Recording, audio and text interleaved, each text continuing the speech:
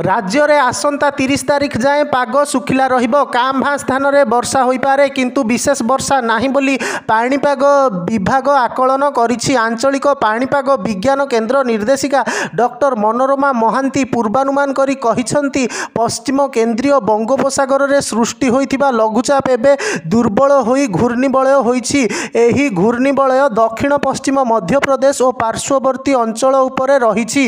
एथिपाई ओडिशा रे वर्षा संभावना नहीं। आसंता 3 दिन जाए वर्षा नहीं। अक्टोबर 1 रे बालेश्वर भद्रक जाजपुर केन्द्रापड़ा कटक जगतसिंहपुर पुरी खोर्धा नयागढ़ गंजाम गजपति मयूरभंज केन्दुझर और सुंदरगढ़ जिले में स्वल्परू मध्यम धरणर वर्षा संभावना अच्छी। आसंता 6 तारिख रे पश्चिम बंगोपसागर उपरे एक लघुचाप सृष्टि होई पारे बोली आईएमडी रो एनसीपी जीएफएस और ईसीएमडब्ल्यूएफ मॉडल आकलन करिछि। शुक्रवार भवानीपाटना रे 34.6 मिमी, पुरी रे 27.6, जाजपुर रे 30, नुआपड़ा रे 18.4 मिमी वर्षा होइछि। गत 24 घंटा रे पुरी रे 58.4, भुवनेश्वर रे 49.2, बौद्ध रे 46, बारिपदा और जाजपुर रे 30 मिमी वर्षा होइछि।